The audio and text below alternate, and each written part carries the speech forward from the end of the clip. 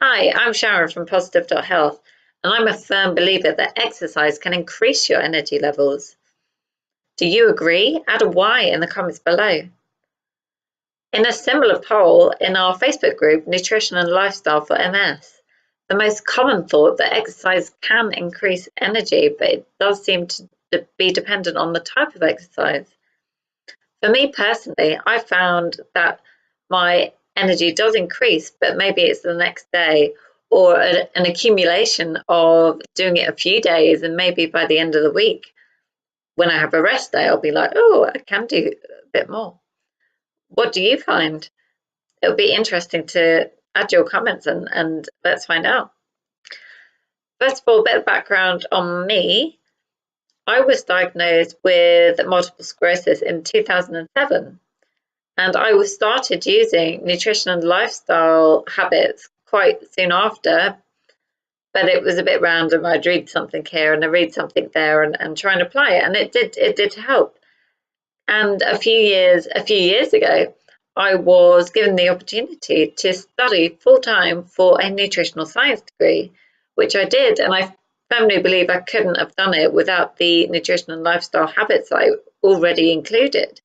Because I studied full-time for the degree, for a Bachelor of Science degree, and I also at the same time studied for an NLP certification, which I got. So I got first class honours and an NLP practitioner certification.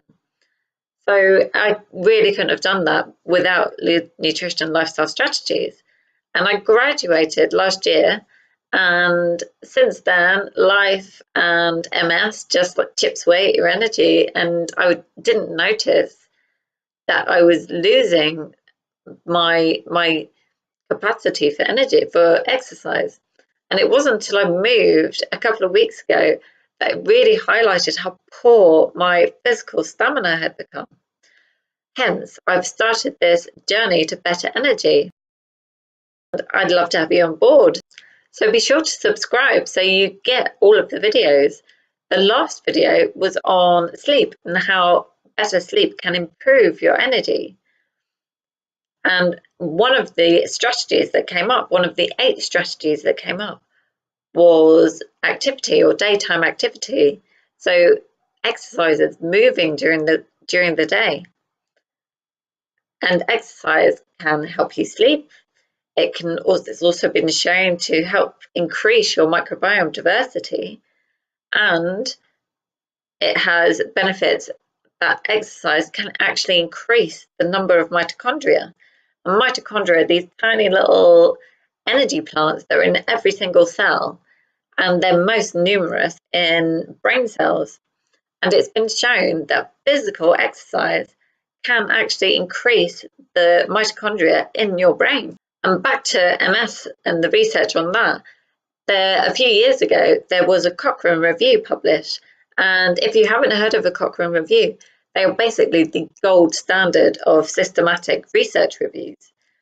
And so this Cochrane review was published in 2015, and it included 45 different exercise trials, and these were MS patients.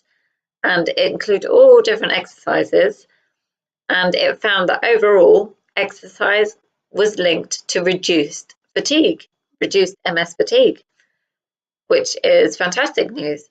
And it did subdivide the different types of exercise.